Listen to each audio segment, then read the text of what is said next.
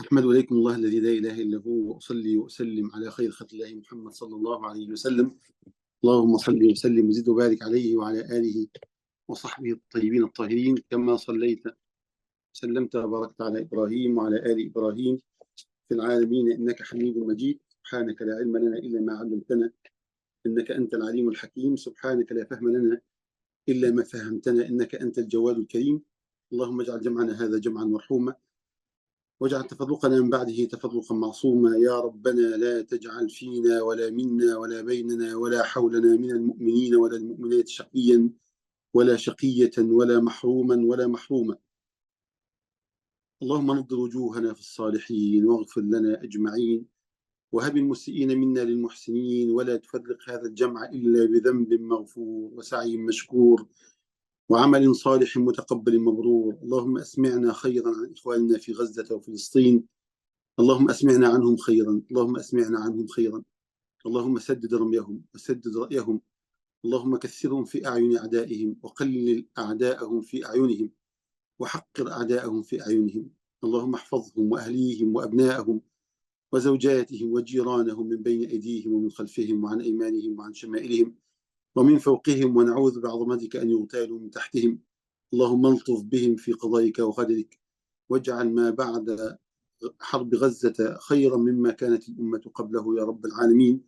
اللهم رد الأمة إليك ودلها عليك، وخذ بناصيتها إليك أخذ الكرام عليك. لا ملجأ ولا منجى منك إلا إليك. اللهم آمين آمين آمين. وصل اللهم وسلم وبارك على عبدك ونبيك محمد صلى الله عليه وسلم. وأهلا وسهلا والسلام عليكم، وتحية مني تزف إليكم. أحبابنا، ما أجمل الدنيا بكم، لا تقبح الدنيا وفيها أنتم. وبعد إخواني، فالفارق الكبير بين المؤمن والمنافق أن المؤمن يتعلم من الأحداث ويتعلم من المحن والابتلاءات التي يبتليه الله عز وجل بها، أو الذي يريه إياه. جاء في الأثر: مثل المنافق الذي يمرض ثم يعافى كمثل البعير حبسه أهله ثم تركوه، فلم يدر لم حبسوه ولم يدر لم تركوه. يعني من أكبر الميزات أو العلامات التي تفرق بين المؤمن والمنافق أن المنافق مطموس على بصيرته، تمر عليه الآيات تلو الآيات، والرسائل تلو الرسائل، والامتحانات تلو الامتحانات، حتى ما يخص امتحانه في نفسه، حتى ما يخص امتحانه في نفسه لا يحسن القراءة عن الله عز وجل فيه. فعامل تشبيه بيقول إنه عامل زي البعير، صاحبه ربطه هنا اتربط، ربطه هنا اتربط، حله اتحل، هو مش عارف لما ربط ولا لما حل. لكن المؤمن له مع كل موقف عظة ومع كل موقف وقفة، لأنه يعلم أن الله عز وجل ما أرسل الآيات وما أتى بالنذر وما أرسل الرسائل وما أحدث الأحداث إلا من أجل أن نتعلم نحن، حتى ولو كنا في موقف المشاهد. يقول ربنا سبحانه وتعالى: ولو شاء الله لانتصر منهم ولكن ليبلو بعضكم ببعض. وعلى قدر عظم الآيات على قدر عظم الاستفادات. فالذي يمرض بداء بسيط غير الذي يمرض بداء شديد. كلما عظم الداء كلما عظمت الاستفادة وكلما عظم الرجاء حتى. والذي أصاب أمتنا ليس قليلا، يعني اليوم العدد تجاوز أو داخل على 21,000، غير اللي موجودين تحت الأنقاض يقدروا بحوالي 8,000 إنسان، غير حوالي 54,000 مصاب، غير تدمير ما يقترب من 80,000، 80% من بيوت أهلنا في غزة، غير الابتلاءات الشديدة في الأنفس والأموال والثمرات والأهل في الضفة، غير وغير وغير. الحدث هذه المرة حدث رهيب، وعلى قدر رهبة الحدث وعظم الحدث ينبغي أن تكون هناك استفادات ويعني تعلمات من هذه الأشياء. والحقيقة الواحد وهو بيقرأ في هذا الموضوع أو بيحضر لهذا الموضوع وجدت أننا نحتاج إلى أن نتعلم على مستوانا الشخصي، يعني مستوانا الأخلاقي والقيمي، وأن نتعلم على مستوانا الأممي، نتعلم أخلاقيا، نتعلم ثقافيا، سياسيا. الحدث مليء بالاستفادات لمن يريد أن يتعلم. لذلك سآخذ من كل عنوان أو تحت كل عنوان بعض الاستفادات، لأن احنا كأمة محتاجين نتعلم في كله. والحقيقة كل ما الواحد يمعن التفكير، وهذا أصل المفروض إن من العبادات الغائبة عندنا أو الضعيفة عبادة التفكر. والتفكر كثيرا ما يأخذه بعضنا إلى عالم الماء والخضرة والوجه الحسن، إنما التفكر ينبغي أن يكون في كل حدث يمر بنا. ينبغي أن نتفكر في كل حدث يمر بنا، في أولادنا، في زوجاتنا، في أنفسنا، في أهلينا، في جيراننا، في أمتنا. التفكر معناه إمعان الفكر، يعني أفكر لما حدث هذا، وما الذي يفيدني مما أراه أمام عيني. لا نريد أن نكون كالمنافق الذي ربط ثم حل، أو حل ثم ربط وهو لا يدري لما حل ولا لما ربط. عشان كده هقول بعض الاستفادات الأخلاقية والإيمانية، وبعدين هتكلم عن بعض الاستفادات الأخرى المتعلقة بأمتنا وبمستقبلنا بإذن الله سبحانه وتعالى. أولا، من أعظم ما تعلمناه أن الأمة تملك مخزونا حقيقيا من القدوات، وأنه صدر لها من القدوات التافهة والماجنة على مدار 100 عام الماضية ما جعلها تنشغل بهذه القدوات عن القدوات الحقيقية. بتدخل على قناة فلان على اليوتيوب تلاقي 100 مليون متابع، وفلان ده حظه من 100 مليون، حظه من العمل لا شيء إلا عدة رقصات أو عدة أفلام أو عدة مسلسلات أو عدة تفاهات، بل ربما يكون من الذين يحادون الله ورسوله. لكن ده اللي موجود قدام الشباب أو الذي صدر لهم. فالقدوات كانت متبدلة متغيرة، أما الآن فعادت للأمة قدواتها الحقيقية التي ينبغي أن يشاهدوها وأن يتعلموا منها. والحقيقة كلما كانت القدوات تعيش معنا نفس الزمان كلما كان تأثيرها أوقع. أذكر أن أنا في مرة كنت عملت سلسلة كده من حوالي 15 سنة 17 سنة اسمها ذكراهم ترقق القلوب، وكنت بتكلم عن السلف الصالح كل أسبوع شخصية، وكانوا الشباب عملوها وقتها في ألبوم أشرطة. وكان الدكتور صلاح سلطان ربنا يفك أسره كان أخذها وقال لي أنا هسمعها وأنا رايح الشغل، وبعدين أديك بعض الملحوظات. فبعد فترة قال لي سمعتها كلها. والحقيقة عايز أقول لك إنه وأنت بتحكي في القصص كثيرا ما تذكر أشخاص يعيشون معنا. وراح ذكر لي مثال لقصة واثنين وثلاثة من موجود في السلسلة. فقال لي تخيل يا خالد إن أنا لما بسمع قصة المعاصرين تكون أوقع في نفسي وقلبي من قصص السابقين، لأن المعاصر يعيش في زماننا، يمر على نفس إشكاليات زماننا، في إنترنت، في انشغال مادي، في عالم حديث يعيش فيه مثلي ومثله، لكنه سبق إلى الله سبقا بعيدا عجيبا. فلما نشاهد الآن أبو عبيدة والسنوار وهنية ومشعل والضيف والمجاهدين الذين نراهم بأم أعيننا يقتربون من المركبة ذات الحساسات والشواعر الرهيبة التي تشعر بالمقترب منها، ولا محملة بكذا، ولا مجهزة بكذا، ولا حافي القدمين الذي لا يبالي بما على أي شيء يدوس، ولا الأولاد اللي بيقدموا أروع النماذج في الإيمان واليقين الذي لا يتناسب مع الأعمار اللي بتتكلم، ولا النساء اللائي فقدن أضعاف من فقدت الخنساء في الماضي. لما بنرى هذه القدوات بنحس إن إحنا يعني لابد وأن نعود إلى مثل هذه مثل هؤلاء الناس، وإلى مثل هذه المعاني التي يقدمونها لنا، جزاهم الله عنا خيرا. يعني أمتنا مليئة بفضل الله سبحانه وتعالى بهذه النماذج، وفضل ربنا سبحانه وتعالى ستكون يعني نماذج ممتدة الأثر كما امتدت آثار أصحاب النبي صلى الله عليه وسلم إلى مدى بعيد. دخل ابن لقتادة ابن النعمان على عمر بن عبد العزيز، وقتادة اللي هو صاحب العين اللي هي قلعت في غزوة، سقطت في غزوة أحد، دخل على عمر بن عبد العزيز فقال له: انتسب، انت ابن مين؟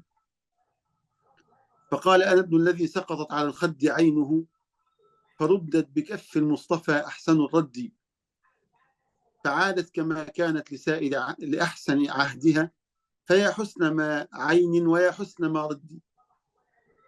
فسيدنا عمر بن عبد العزيز اللي هو الموقف ده هو كان خليفة سنة 100 هجرية، يعني بعد 97 سنة، لما شاف ابن هذا القدوة هذا المثال قال مرتجلا: تلك المكارم لا قعبان من لبن شيبا بماء فصار بعد أبوالا. عند الشرف الحقيقي. فأنا أحسب أن القدوات اللي بتقدم الآن ستكفي الأمة لسنوات طويلة للأمام إن أرادت الأمة أن تتعلم من هذه القدوات. علمني طوفان الأقصى أن أشبع ممن أحب. فالحقيقة حصل شيء من التحلحل والتحلل للجانب الإنساني بشقيه الزواجي والوالدي، ثم على المستوى التواصل الاجتماعي. فكثير مننا أصبح عنده الفراق هين والخصام هين والبعد هين، فتأتي مثل هذه الأحداث بما نراه على الشاشات يوميا، هذا الذي يقبل ابنه وهو يقول: ليتني أدركتك قبل أن تموت، أو يقبل أباه ويقول: ليتني رأيته قبل أن يموت، أو يقبل أمه، أو يقبل زوجته أو عمه أو خاله ويقول: ليتني رأيته أو شبعت منه قبل أن يموت. إذا بنا نلتفت حولنا فنجد الآباء والأمهات والإخوان والأخوات والأحباب كلهم يملؤون علينا حياتنا، لكننا كأننا أصبنا بحالة من العطب العاطفي تجاه بعضنا البعض، فتأتي مثل هذه الأحداث تعيد الأمور إلى نصابها. اشبعوا يا إخواني ممن تحبون قبل أن تفقدوا. إخوانكم الكرام قبل يعني شهرين من الآن، أو قبل 3 شهور من الآن، كان كل واحد بيأكل ويشرب وينام مع أهله وحبايبه، والحياة ماشية والدنيا مستقرة. في لحظة تغير كل شيء. واحد يقول: بس ده حرب في مكان له ظروف خاصة. أقول لكم سنة 23 تقريبا امتلأت بكل أنواع الابتلاءات التي فرقت بين الحبيب وحبيب، بدءا بزلزال تركيا، مرورا بسيول ليبيا، مرورا بزلزال المغرب، مرورا بأحداث غزة. العالم كان مليئا بالأحداث التي فرقت بين مئات الألوف من الناس وبين أحبابهم، ولسه كل واحد فينا ما سمعش صوت يعني أخوه وحبيبه في الله من أيام طويلة، ولا لم يتصل بعمه أو بخاله منذ سنوات طويلة أو شهور طويلة، أو لم يتصل برحمه القريبة أو البعيدة منذ فترات طويلة. وكأننا نثق ونتأكد أننا سنعيش حتى نراهم مرة أخرى، ومرات ومرات. وده الحقيقة الأحداث بتقول أن الأقدار سابقة يا إخواني. كنت قلت للناس في محاضرة قريبة من هذا المعنى، كانت والدتي ربنا يبارك في عمرها قبل الانقلاب، يعني كنت في مصر وأنا قاعد في البيت، فسمعت واحد ماشي في الشارع يعيط بصوت عالي. فبقول لها: مين ده يا أمي؟ إحنا عندنا في بلادنا بينادوا على الناس في الميكروفونات عشان يعني إنه فلان توفي، فالناس تطلع ورا الجنازة في صلاة العصر المغرب العشاء. يعني ما زال في هذا الحس موجود يعني. والحقيقة لما بشوف المدن الكبيرة وهي يغيب عنها هذا الأمر، فأقول يعني الله يعين سكان المدن الكبيرة التي لا يعرف بعضنا يعني عن جاره حتى الذي عن يمينه أو شماله شيئا. فبقول لها: مين ده؟ قالت لي: عمك فلان. أخته ماتت، وكانت مريضة سرطان بقالها فترة طويلة، ويعني تكاسل على إنه يروح لها لحد ما ماتت. فلما جاله خبر موتها ماشي يبكي في الشارع كالطفل الصغير. وبعدين قالت يعني مثل ما زال يؤثر فيه حتى اليوم، قالت يعني روح يا أخويا ووفر ما دمعك، في الحياة ما نفعني وفي الموت ما نسمعك. يعني كتير من الناس تظل يعني تتعايش مع الفرص كأنها موجودة مدى الحياة، ثم لما تذهب يبكي عليها، والعمر كما يفيد البكاء شيئا يعني. علمني طوفان الأقصى أننا غارقون في النعم، وأن نعم الله عز وجل تحيط بنا من كل مكان، وكثير منها نعم نعيشها لكننا نتغافل عن شكر الله عز وجل عليها. ودائما ننشغل بالمفقود من النعم عن الموجود من النعم، حتى ننسى شكر هذه لأننا نفتقد تلك. ورحم الله بن عطاء الله السكندري عندما قال إن الشيطان يغرينا بالمفقود لينسينا الشكر على الموجود. وصدق الله إذ يقول لإيلاف قريش إيلافهم رحلة الشتاء والصيف فليعبدوا رب هذا البيت الذي أطعمهم من جوع وآمنهم من خوف. يعني قريش من إلفها للنعمة نسيت شكر المنعم، فالنعم بتتوالى علينا وإحنا مش مقدرينها، ولما نراها تسلب من غيرنا ينبغي أن نعيد النظر إلى حق الله عز وجل في هذه النعم، لأن النعم إن لم تشكر تسلب. الشاعر يقول فلأشكرنك ما حييت وإن أمت فلتشكرنك أعظمي في قبرها، أو ليتني نعما أبوح بشكرها وكفيتني كل الأمور بأسرها، فلأشكرنك ما حييت وإن أمت فلتشكرنك أعظمي في قبرها. وربنا يقول سبحانه وتعالى ذلك جزيناهم بما كفروا وهل نجازي إلا الكفور. يعني قوم سبأ كما قال الشيخ سيد قطب كانوا مسلمين، لكن الله يتكلم عن كفران النعم وليس عن كفر العقيدة. فكتير مننا يعيش في نعم كتير وهو غارق في هذه النعم، وربما لا يلتفت إليها حتى تذهب عنه. النعم كثير، أولها نعمة الإيمان، نعمة الإسلام، نعمة حب الخير، نعمة الصحبة الموجودة حوالينا، ثم نعم الجسد، ثم إلى أواخر هذه النعم التي تحتاج إلى شكر يعني. علمني طوفان الأقصى أن فجائية الموت تجعلني أقلل من التسويف، تسويف التوبة، تسويف الحقوق، تسويف الصالحات. وهذا متضمن في قوله تعالى ولا تطع من أغفلنا قلبه عن ذكرنا واتبع هواه وكان أمره فرطا. قال العلماء فرطا يعني تسويفا. وكان صلى الله عليه وسلم يستعيذ بالله من هذا الأمر، فكان يقول صلى الله عليه وسلم اللهم 4 من الشقاء جمود العين وقسوة القلب وطول الأمل والحرص على الدنيا.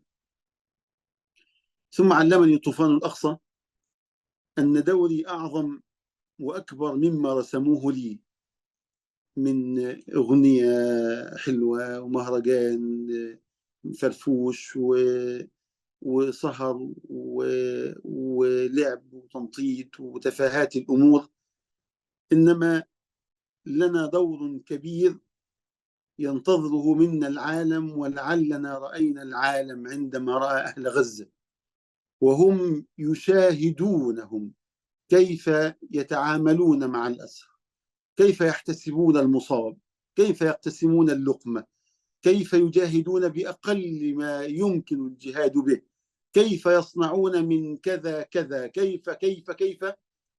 الإحصائيات تقول أن المشاهد غير المباشرة التي يعني رآها العالم من أحداث غزة تسببت في إقبال عدد كبير من هؤلاء الناس على أمر الإسلام والقراءة عن الإسلام وشراء نسخ مترجمة من القرآن الكريم. حتى قيل، وإن كان الكلام هذا قرأته في بعض وسائل التواصل، لكن يقال العدد وصل لحوالي 20,000 ممن أسلموا في الفترة القليلة الماضية اللي هي لا تتجاوز 80 يوم، غير من يقرأ حتى الآن، غير من يفكر حتى الآن.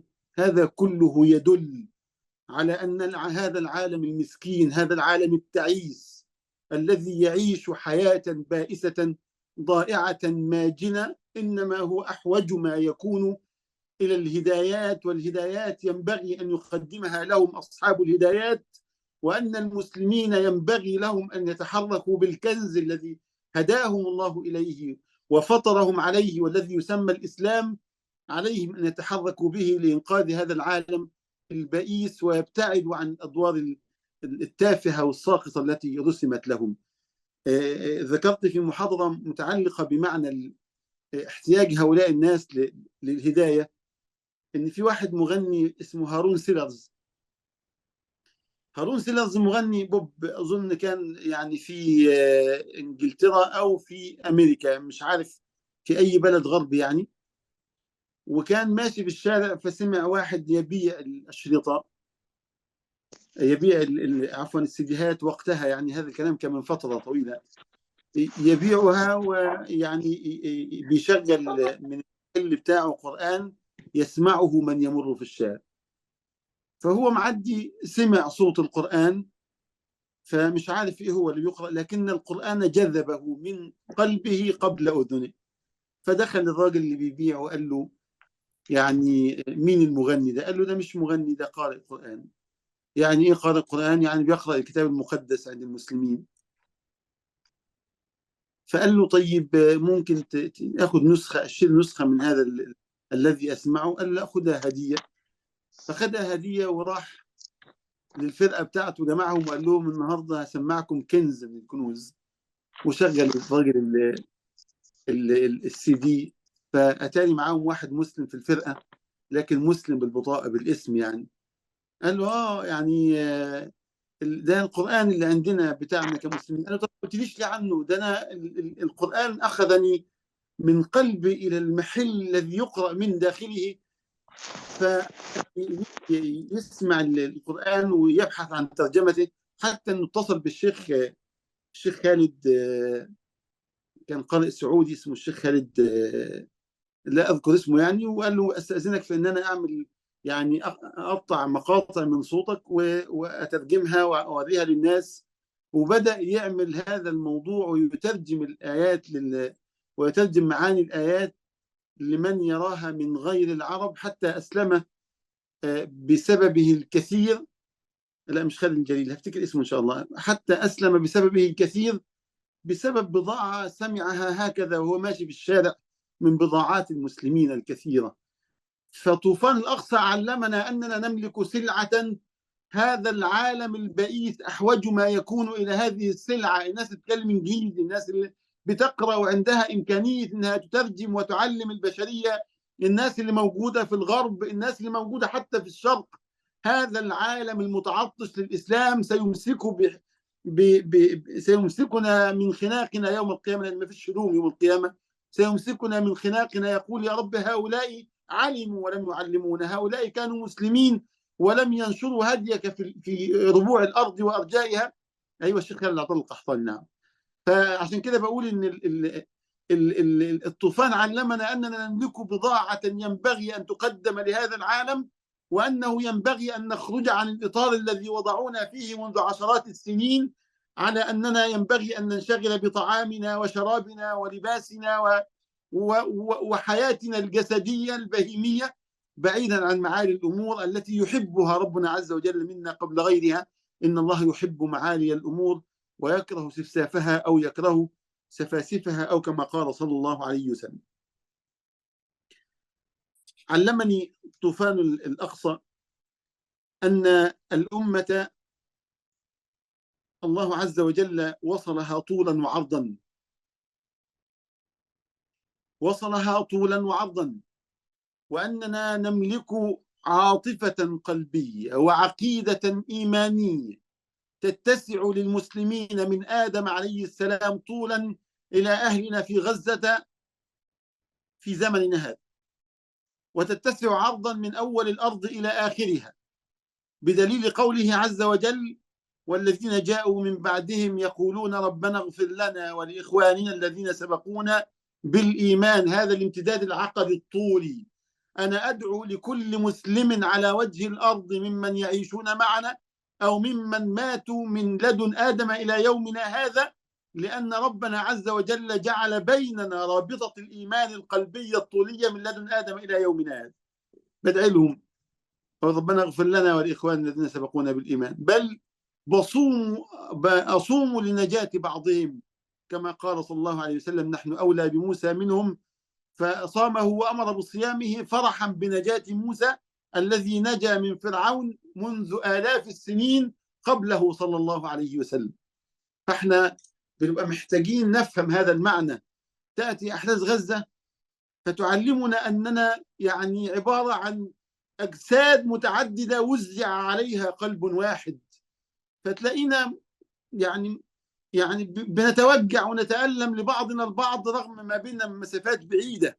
والله الذي لا إله إلا هو، منذ يعني أيام أحد إخواننا الكرام بيحكي لي، بيقول لي يعني واحد من الناس اللي هم دخلوهم على قدهم، وكان يعني منتظر أولاده يأتونه بفارغ الصبر من مصر، يعني بعد محاولة 5 سنوات تقريبا يحاولوا يعلموا إقامة، وادخر لأولاده عشان المدارس، لأن هو مش موظف حكومي، فحسب يعني وضع البلد اللي موظف في اللي بيعمل في يعني مكان خاص بيدفع، يعني اللي بيعمل في مكان خاص بيودوا اولاده مدارس خاصه يعني. فجاب الاولاد وجهز لهم المبلغ اللي هيدخلهم بيه المدرسه، وبعدين حدث طوفان الاقصى يوم 7 اكتوبر. يقول: فجاء الي بكل ما يملك. فقال له: طب واولادك يقعدوا في البيت كده؟ قال له: اولادي يقعدوا في البيت، ما يقعدوش في البيت، ياكلوا ما ياكلوش، يشربوا ما يشربوش، احنا هنا هنخبط على جيراننا نقول لهم هاتوا رغيف عيش هيدونا، لكن الغلابه اللي هناك لو قلنا لهم لو جاعوا هيروحوا لمين؟ لو عطشوا هيروحوا لمين؟ لو كذا لو كذا. وقعد يتكلم كلام كله ولم يبق في بيته شيئا. بيقول بعد 2-3 حوش مبلغ ثاني وجاله البيت، بيقول له: يا فلان، يعني المبلغ ده كمان انا يعني تحويش الشهرين اللي فاتوا. فقال له: ولادك فين؟ قال له: في البيت. طب قال له: وديهم يا ابني مدرسه؟ قال له: ما تشغلش بالك باولادي، المهم ولاد اخواني ولاد المسلمين في غزه. وراح مديله المبلغ ومشي. هذه العاطفه القلبيه الايمانيه التي زرعها الله عز وجل وسقاها بيده في قلب كل منا، كثيرا ما تندرس او تغيب في زحام الحياه، فتاتي مثل هذه الاحداث لتعيد الامر الى نصابه، الى واقعه الحقيقي. احنا جسد واحد، احنا أمة واحدة، احنا روح واحدة وزعت على أجساد متعددة مليئة بالحب لبعضها والقرب لبعضها من بعضها والخوف على بعضها والحزن لبعضها والتألم لبعضها والفرح لبعضها. لكن المجرمين حطوا لنا حدود ومسافات ترابية، المفروض ان هي بعد يعني هذا الكم الطويل من السنوات يكتشفوا او يعرفوا ان هي لم يعد لها اي قيمة يعني. فالحقيقة المعنى هذا تجدد كثيرا مع أحداث غزة، ولعلكم يعني تشاهدون هذا الأمر وأنتم تتابعون أمر التعاطي مع الأمر. كل واحد فينا على مستوى الشخصي، يعني إحنا كل واحد عنده في بيته قصة يعني زوجة. يعني واحد من حبايبنا الكرام بيحكي لي إن في واحدة عجوز في الشارع عندهم، شايفاهم بيضحكوا جايين من الشارع بيضحكوا، فواحدة ست عندها 70 سنة تقول: بيضحكوا جاي لكم ليه بتضحكوا؟ انا والله ما نمتش من 3 ايام، ما دوتش الاكل من 3 ايام، احط اللقمه ببوق لها مره. قال: فابكتنا من مراره الكلمات التي خرجت من قلبها الى قلوبنا. هذه الامه الحيه بهذه القلوب الحيه، تاتي الاحداث لتعيد الى هذه القلوب حياتها، او لتجدد في هذه القلوب معاني الحياه الحقيقيه. نحن حاجه واحده، والذي نفسي بيده لو ان رجلا بالمشرق احب رجلا بالمغرب لجمع بينهما يوم القيامه. والقصص اللي كنا بنحكيها لاولادنا زمان، المعتصم لما قالوا له واحده اصلها الروم في عموريه، قال وقالت: ومعتصما، قال: لبيك. واحده عملت كده برضه مع الحجاج وهي في بلاد ما وراء النهر، وقالت: وحجاجا، قال: لبيك يا اختاه، على ما كان عليه من الظلم والعسف. لكن عاطفه الاخوه الاسلاميه خلتها تشعر كانها يعني كانه يسمع صوتها بنفسه. لعلنا يعني ذكرنا مرارا وتكرارا قصة أويس القرني لما كان بيعمل في اليوم بدرهم أو بدرهمين، ينفق نصفه في سبيل الله ويبقي نصفه لأهله ولنفسه. تصدق بالنصف اللي معاه وراح البيت، فلسه بيجهز الأكل للشراء يعني لأهله، فطرق الباب طارق، فراح مطلع له يعني الأكل اللي عنده. ثم طرق الباب طارق بعده، فخلع رداءه وأعطاه إياه، وجلس شبه عاري أو شبه عار وراء الباب، فسمعه أحد جيرانه يدعو ويقول: اللهم من مات من أمة محمد جائعا فلا تؤاخذني به، ومن مات من أمة محمد عريانا فلا تؤاخذني به، ومن مات من أمة محمد عطشانا فلا تؤاخذني به. كأنه بيقول يا رب أنا يعني أنا اديت اللي أملكه، وحاسس برضه بلوعة بأسى إن أنا يعني في مسلم بيموت جوعا أو بيموت عطشا أو بيموت بردا وأنا مش قادر أوصل له. فكأنه بيقول يا رب أنا قدمت ما أملك فلا تؤاخذني فيما لا أملك.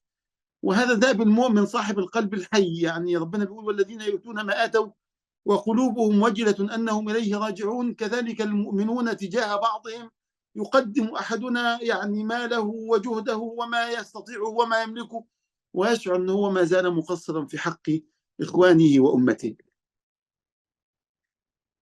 علمني طوفان الأقصى أنني سأزداد حبا لهذه البقعة المباركة التي أريد بنا أن يغيب حبها عنا ومكانتها عن قلوبنا نوعا ما. علمنا طوفان الأقصى وكل طوفان يحدث كأن ربنا سبحانه وتعالى يعني بيسبب الأسباب علشان تعود القلوب أو يعود لهف القلوب ويعود شوق القلوب إلى هذه البقعة المباركة التي ينبغي ألا تغيب عن أذهاننا ولا عن قلوبنا ساعة من نهار، ثم تعود بعقدنتها. لأن هو موضوع الأقصى ينبغي أن يكون عقيدة، القدس عقيدة. الله عز وجل أقسم بهذه الأرض المباركة فقال والتين والزيتون وطور سينين وهذا البلد الأمين، بل قدمها في القسم عن الطور في مصر وعن مكة البلد التي بعث منها نبيه صلى الله عليه وسلم، وسماها الأرض المباركة. فقال سبحانه وتعالى سبحان الذي أسرى بعبده ليلا من المسجد الحرام إلى المسجد الأقصى الذي باركنا حوله لنريه من آياتنا. وقال تعالى ونجيناه ولوطا إلى الأرض التي باركنا فيها للعالمين. علمني طوفان الأقصى أن أعتز بديني وألا أخجل منه، وأن أعلم البشرية أن هذا الدين هو الذي قدم هؤلاء الأشاوس، وأن الأمر ليس بلباس القوم ولا بتحضرهم الزائف، إنما بما يقدمونه من قيم وأخلاق يحويها دينهم الشريف العظيم الذي يستحي منه البعض. أحد إخواننا الكرام حضرت حفل زواج يعني في مكان ليس معتادا على الحفلات الإسلامية يعني. فالمكان يعني في الغالب لا يأتي إليه إلا الراقصون والداعرون. فصاحب الفرح أصر أنه يعمل في هذا المكان، يعمل فيه فرح إسلامي يعني. وفي جمهور من اللي موجودين لا علاقة لهم بهذه الأناشيد ولا هذه الأفراح. فأنا قاعد حاضر وسامع المنشد وأنا أعرفه يعني وهو يعرفني، سمعه بس مش شايفه. فبعد الفرح أنا ظننته يعني كان تعبان فجالس، فبقول له يا ابن الحلال أنت فينك؟ أسمع صوتك ولا أرى شكلك. فقال لي والله كنت قاعد ورا بنشد وأنا قاعد ورا الفرقة يعني. فقلت له ليه كنت تعبان؟ قال لي والله كنت مكسوف. فالحقيقة هذا الأمر خلاني أهب فيه، أقول له مكسوف من إيه؟ هي فلان الراقصة ولا فلان الداعر ولا فلان الرقاص ولا فلان العريانة ولا اللي بتطلع وهي عارفة أن أولادها وأبائها وأبوها وأمها وأعمامها وأخوالها وجيرانها وصديقاتها شايفاها وتتباهى بعريها ورقصها وفجورها، ما بتتكسفش ليه؟ احنا ليه نتكسف من ديننا؟ ليه نتكسف مما نقدمه، مما احسب ان البشريه كما قلت احوج ما تكون اليه؟ ليه نستحي من ديننا؟ هؤلاء الناس الذين نراهم اليوم في غزه عندما يظهرون يعني حافي الاقدام ولا بلباس بسيط يعني حاجه شعبيه خالص ولا بفانيلا حمالات وهو رايح يقاتل عدو وتراه الكاميرات، لكنه يقدم ما يعتز به أمام ربه ثم أمام الناس.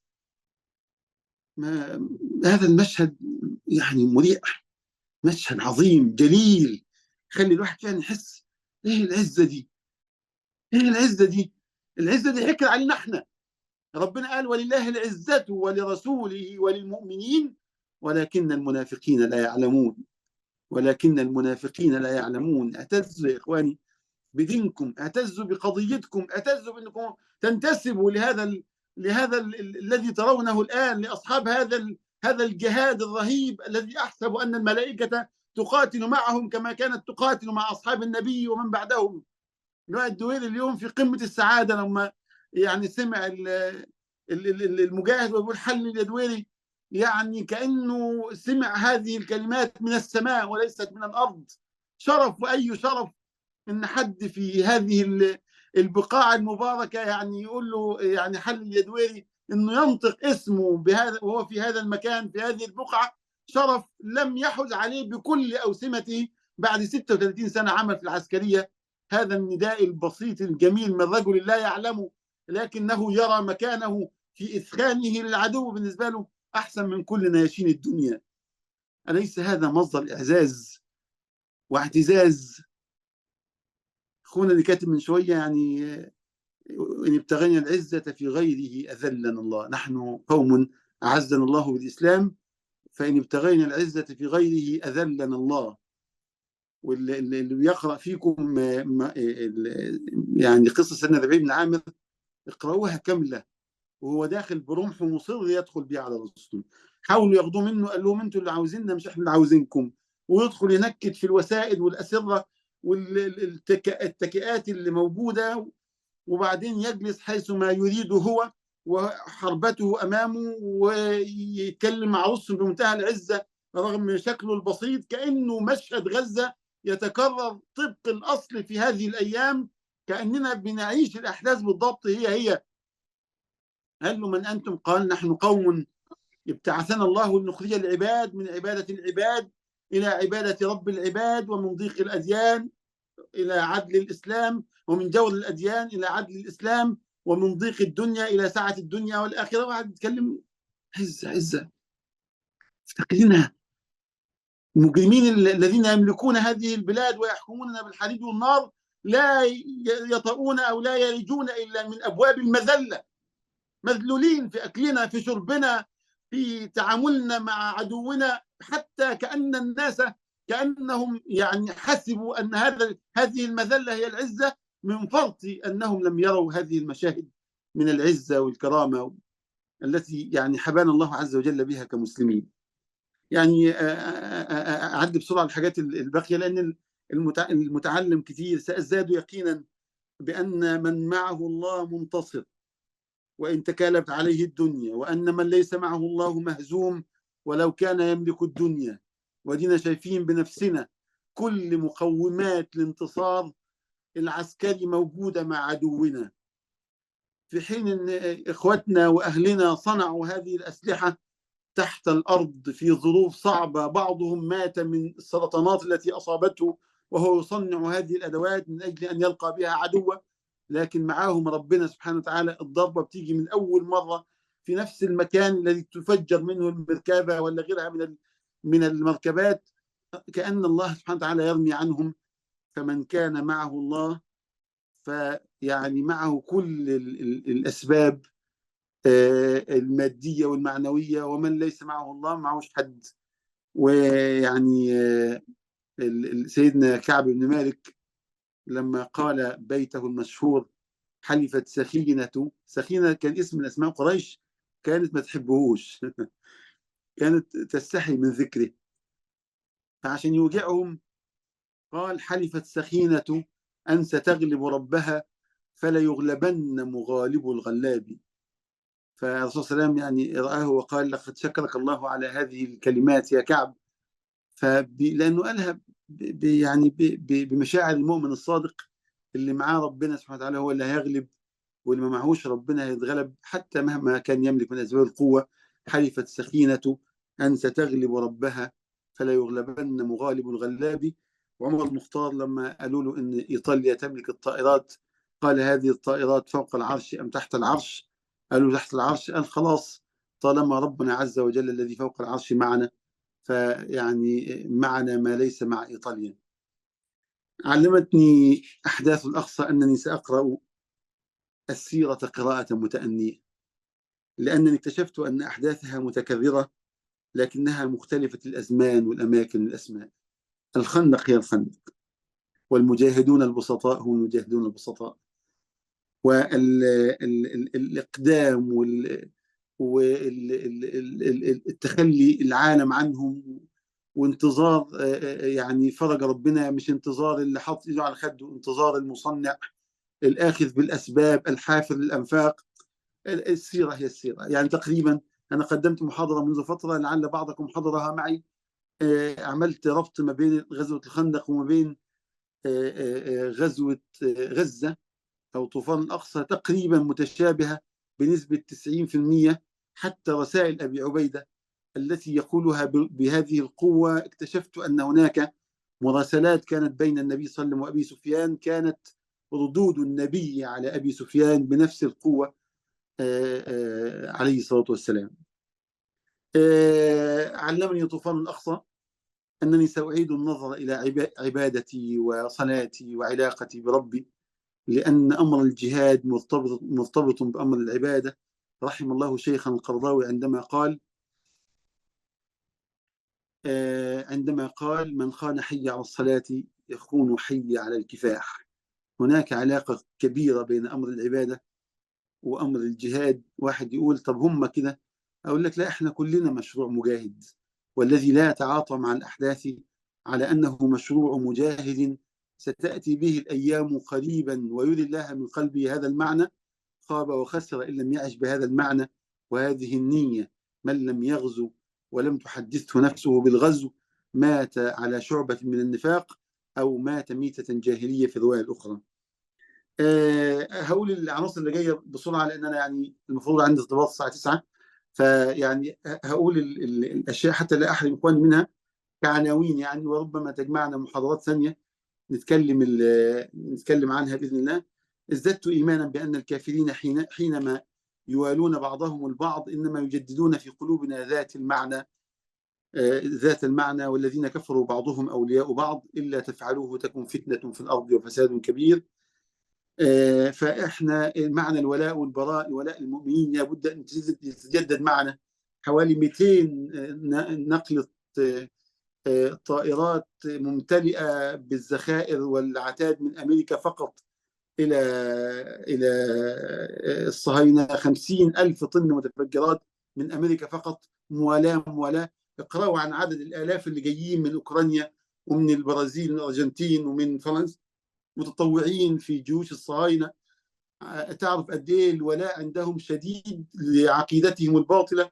ثم نحن نحتاج الى ان نجدد هذا المعنى في قلوبنا.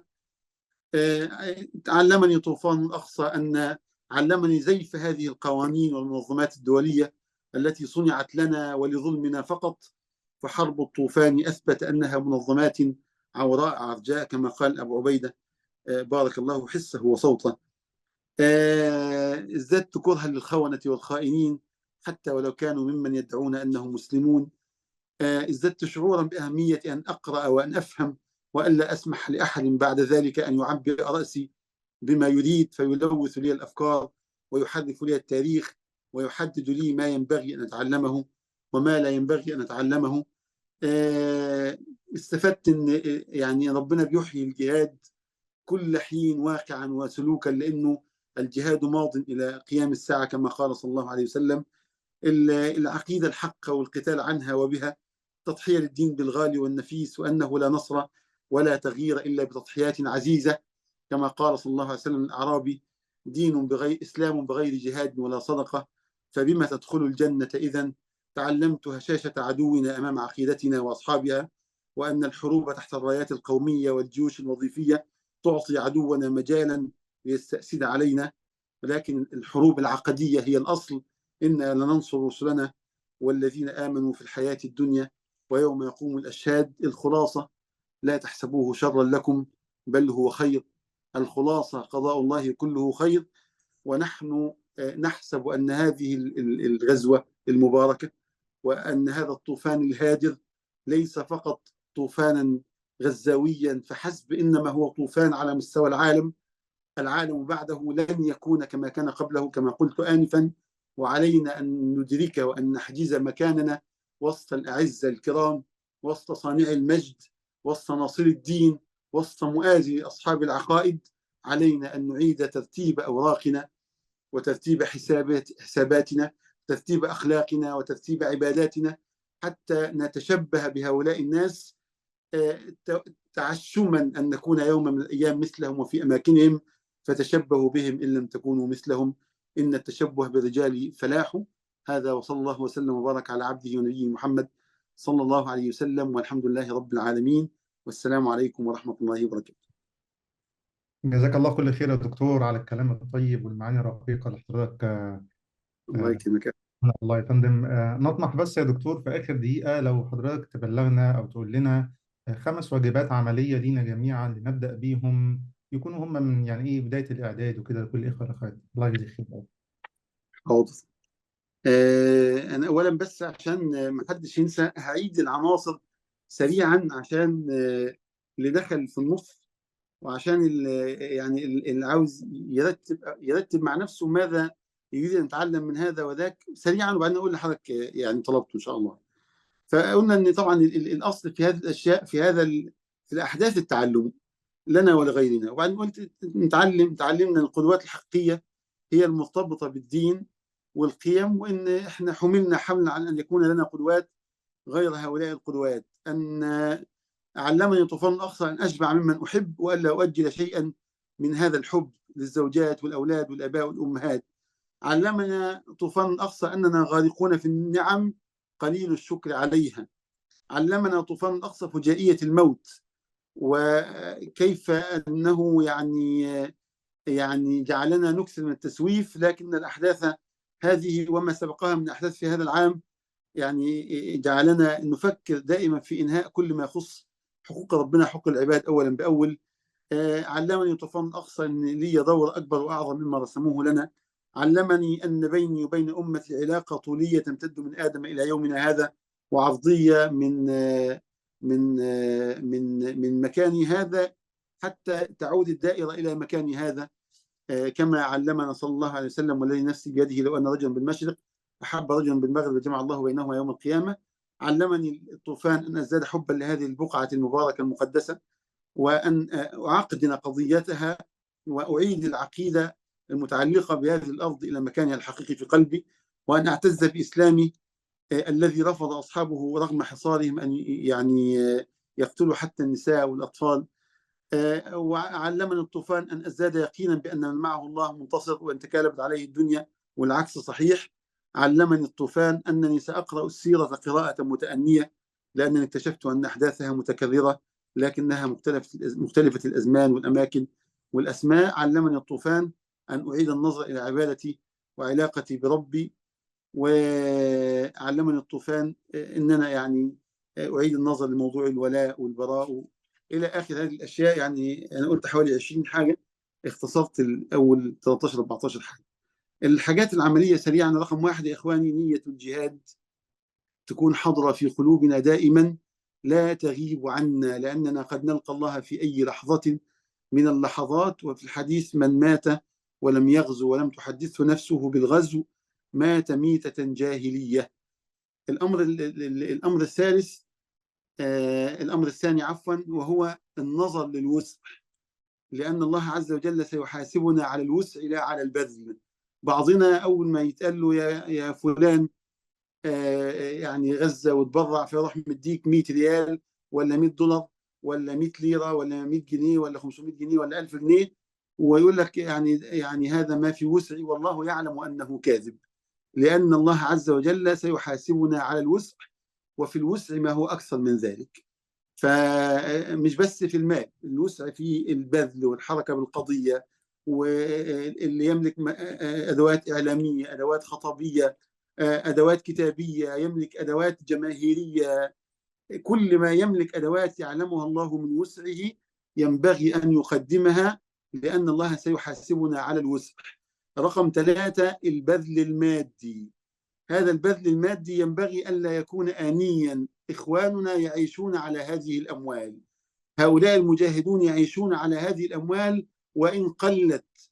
أديكم شايفين الياسين 105 بتفجر الدبابة اللي هي ثمنها 6 مليون دولار. هذه هذه 150 دولار اللي بتفجر المركبة اللي ثمنها 6 مليون دولار من جيب، قد تكون يكون بعض ثمنها من جيب رجل فقير، لكن الله عز وجل بارك في هذا المال، فله سهم من الجهاد القائم الآن بماله تمهيدا لأن يجاهد بما يستطيعه من نفسه فيما هو آت. ده أمر مهم جدا. رقم 4 يا إخواني، أعدوا للمعارك القادمة مجاهدا. بقول للآباء والأمهات أعدوا مجاهدا، لأن المعركة بدأت ولم تنتهي بعد، والأمة بعد غزة ليست كما كانت قبل غزة، والجهاد الله عز وجل حلاه الآن في الأعين، وسنرى فيما هو آت أمثال غزة في أماكن كثيرة. فأعدوا أولادكم لهذه الميادين القادمة، لأن الإعداد الآني لا يسمن ولا يغني من جوع. الشباب بيعدوا الشباب لهذه المعارك منذ سنوات طويلة، فلما جاءت هذه المعارك، انتوا عارفين الشباب اللي بيجاهدوا تحت يعني في الأنفاق وغايبين عن أهلهم بقالهم قد إيه، ودك أهلهم قبل أن يدك الناس، وبعضهم لا يعلم حتى الآن من مات من أهله لأنه غايب. هيطلع من هذه الأنفاق يلاقي أبوه مات ولا أمه مات ولا أخواته ميتين، وسيحتسبهم ويعيد ليكمل هذه المعركة الخالدة. وهذا من الإعداد الإيماني والعقائدي الذي مورس عليه منذ زمن طويل. فأعدوا لهذه المعركة يعني ما ينبغي أن يعد للمستقبل من أولاد وذرية، بنات وشباب. أديكم شفتوا يعني بناتنا ونسائنا القساميات كانوا موجودين، هم بيسلموا الأسيرات ومسكنهم ومودينهم ومعاهم السلاح. ليس بالضرورة يكون بس جهاد السلاح للنساء، لكن النساء لهم في هذا كله سهم كبير، هن اللائي صنعن هؤلاء الأبطال. رقم 5 وأخيرا، يعني أنتوا نفسكم حافظوا على نفسكم لنيتكم اللي انتوا نويتوها بصدق، يعني الرياضة والمشي والتربية الجهادية، من باب ان انا بعمل ده علشان يعني اوائم واحقق النية اللي انا قلتها في اول شيء، نية الجهاد. نية الجهاد لازم يكون معاها اعداد شخصي للجهاد. حتى لو كان عندك 70 سنة، روح اتحرك، امشي، تخفف من الامراض اللي موجودة في جسمك عشان ربنا سبحانه وتعالى يأخذها منك بنية الجهاد. محدش عارف. أديكوا شايفين ناس عندهم 70 و80 سنة ختم الله لهم بالشهادة. الشهادة تنتقي أصحابها الصادقين حتى ولو كانوا في آخر الدنيا. فمن باب تحقيق النية أو التحقق من صدق النية، إن أنا أشتغل على نفسي بنية إن أنا فعلا مذ نويت أني مجاهد، فأنا بربي جسمي على إنه جسم مجاهد، ويعني أنقي جسمي من أمراض كقسم مجاهد، عشان إن ربنا سبحانه وتعالى أذن يبقى الواحد حتى يعني عنده ما يتحرك به، وإن لم يأذن فقد وافقت أعمالي نيتي، فألقى الله عز وجل صادقا. هذا وصلى الله وسلم وبارك على عبده ونبيه محمد صلى الله عليه وسلم، والحمد لله رب العالمين.